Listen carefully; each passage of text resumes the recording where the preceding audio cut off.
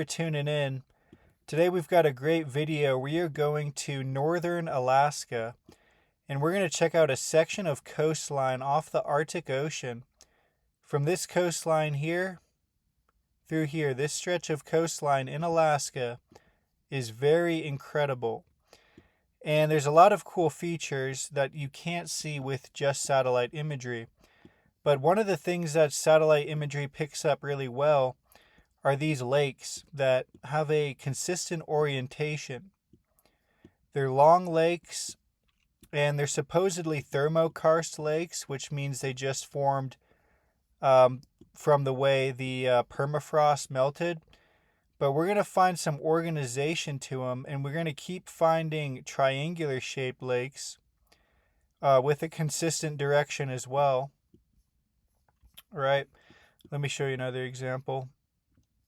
This guy's a nice one. Same direction where the tail points the same way. So that's going to come in. That's going to become important later. But first, we're going to go to a topographical map. This is the World Elevation Map by NOAA, which is one of the best elevation maps in the world, and I frequently use it. So we're going to start off, where are we right here? We're going to start off about right here. Okay. And what we're going to see is the motion of the ancient ocean. So what we're looking for, if we're going to zoom in a touch more, is we can see that this, let me just zoom in a little more. We can see this is the coastline here. And this tells us where the water was once against and even flowed across. So we're gonna, because this area is gonna have crazy tidal swings, this being this far north. So you've got constant currents running along just from the tide. But as we keep going, we see another bank farther up here. And then we find another bank even farther up here. And you can see that clean cliff edge really well on this map. And this is where it gets interesting. From this cliff edge here, we can follow it along to right here. Okay? Now we zoom in. And what do we find? All these perpendicular ridges, right? Now when we go back to the satellite imagery, so this is that cliff edge here. Now we're over the area of long lakes. So you can see the elevation difference. The ocean was once right along here. And it's on two separate terraces. This has a higher elevation. So we're following that curve of the coastline. Okay? So from the satellite imagery, we really see the lakes. But when we go to the topographical imagery, now we're able to, now what pops out is the high elevation, the crests. And what we begin to realize is we're looking at a ripple formation. Okay, that right there, clear ripple formation, evenly spaced crests. Okay, and what do you expect about a ripple formation? You expect them to be parallel to the coastline. Here it's pretty darn close. It comes off a little bit. But for the most part, these ripples are parallel to how this coastline was carved, which was by a current. And when we look at ripples, you can actually tell the current direction several different ways. The best way, the best way to tell on this area is to look at, let me find a good section, right here. Here's a good spot. You can see how they kind of got bent this direction. And what happens is as they get, think of these ripples as not just standing stationary, but as they're forming under the current, they actually get pushed downstream. So these ripples were actually moving. And what happens to ripples is they get slightly streamlined and they can get bent, and they get bent downstream.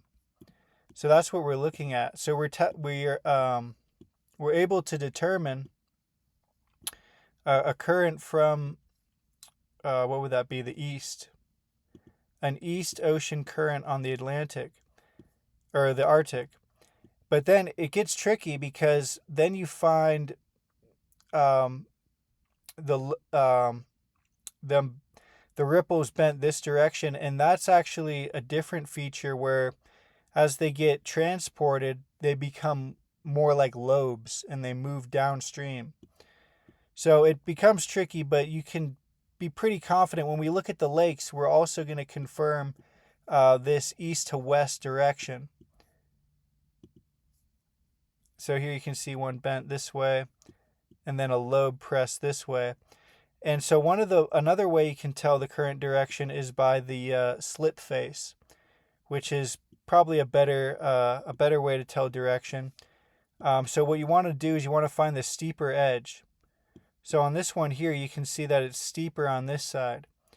So whether it's a sediment lobe or a streamlined ripple, the steep slip face is going to be on the downstream edge. And so that's what we're seeing here. Okay, let's go back over this landscape. And so when we look at the triangular shaped lakes, there's a common occurrence of the tail being on the west side, which is the downstream side. So these lakes are not thermokarst lakes. Rather, they are scours, the scours in the trough of the ripples. So imagine a current, the same current that made these marine cliffs that wrap around the coastline. For example, if you zoom in here, you can see how the lakes are right along that edge. And that's no coincidence. That's because that's where the current was focused. And then you can find a nice trail. I guess a better way. You can find a nice trail, a trail of scours. And then here's some more triangular shaped lakes with the tail on the downstream side.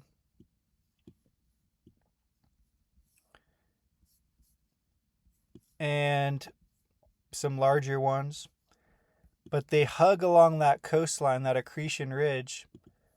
Let me go back to that area so you can see it. You can see all these lakes here. If it'll load. It takes a little minute. Yeah, so now you can see that coastline. The more recent coastline here. And even against these mountains, you can see a cliff was carved.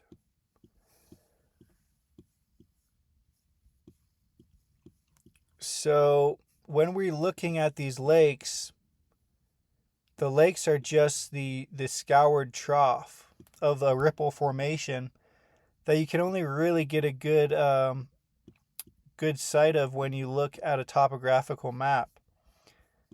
So that's what these lakes are. And this lake here is really cool because it's got several tails, several pointed downstream ends. And the front, let me find a good straight front edge, like on this one here. See how it's more straight here? That's called the slip face. So water was flowing over, and that the upstream slip face is usually more straight, and then the downstream tail becomes more pointed. Oh, here's a good one. Look at that. Really clean slip face. And then a lot of times some of these can be really square. There's ones in Bolivia that are incredibly square. And that would suggest a reversing current. And when you're dealing with, if you're looking at terrain this high up in latitude, there's going to be a lot of reversing currents. But here's something cool. So on this downstream end, you see extra accretion ridges. And this is something, and they even kind of turn into sediment lobes too. This is something that you see in the when you see this same feature in Australia, when you see this same feature in Africa, when you see this as the Carolina Bays. It's all the same feature. If you guys follow my channel, I'm going to basically show you the erosion of the entire world and the commonalities between them. And you will see that these are the same feature as the Carolina Bays. They are scours. And speaking of the Carolina Bays, let's try to find some nice circular oval ones that look exactly like the Carolina Bays. Oh, here's a nice square one.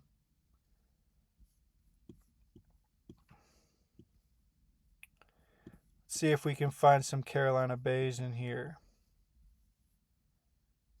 That one's all right. Let's see these guys. Oh, bad imagery. Oh, I know where there's a good one. I think it's right around.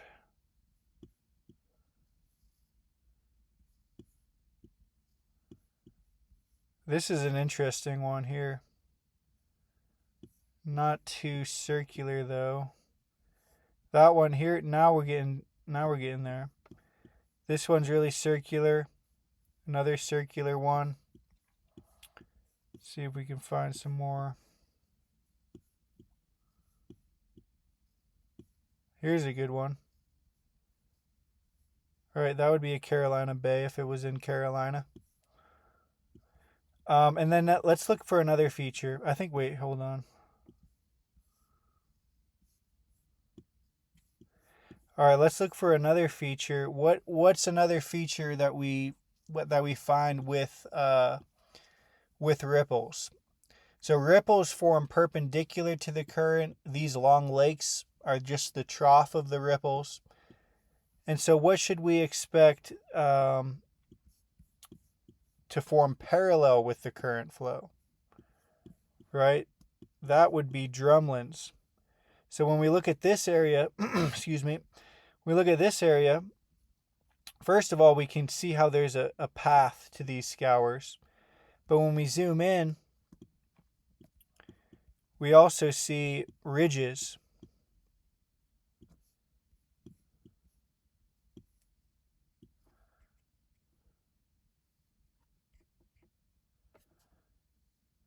Hold on here.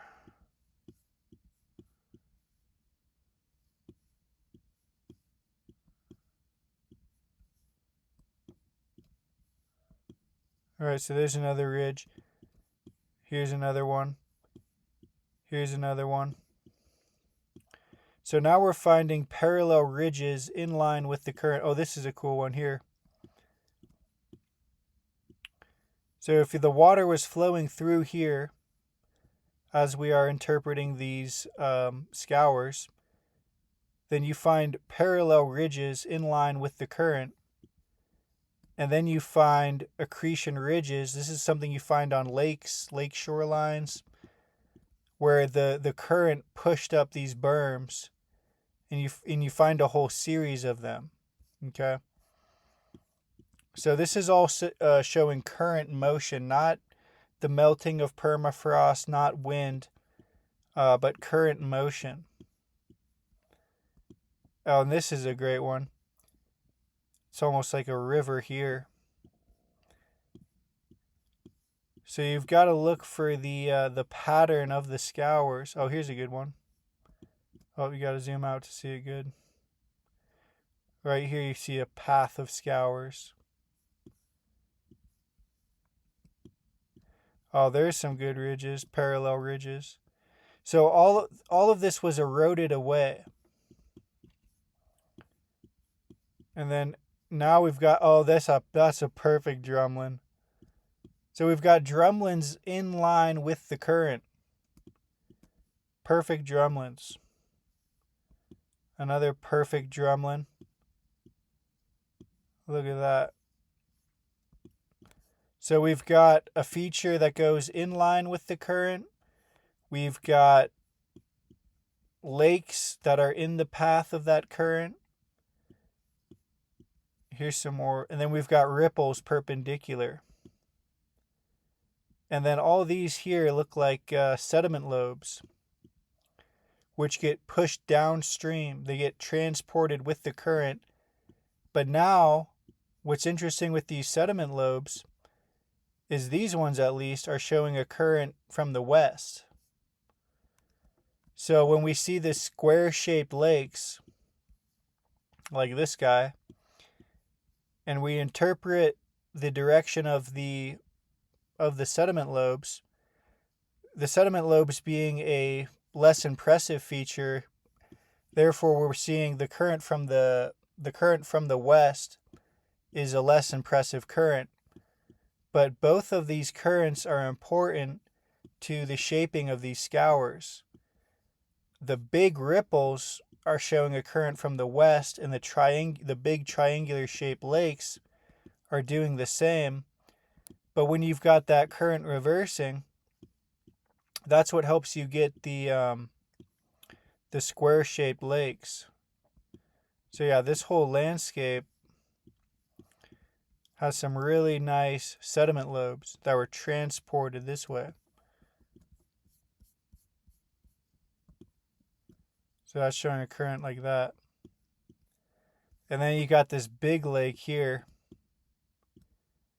showing more of a west or an eastern direction, with that being the tail. All right, so that's the video. Hope you guys enjoyed it. Please like and subscribe if you haven't already, and let me know if you have any questions. Leave a comment. I appreciate you guys' support. Thanks for watching. Oh, and also this right here. This is an accretion ridge. Got that current going along, transporting it down. Path of scours. Really neat path of scours here. I'm sure there's a ridge there, if we can see it. So these scours are these scours are associated with terrain and with the height of the bank. So that's a big reason why they're probably not thermokarst lakes, when they tend to form right on the edge of the banks there.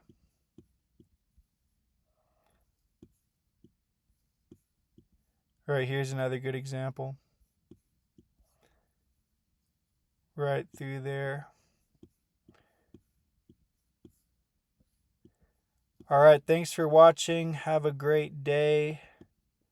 Appreciate the support. Adios.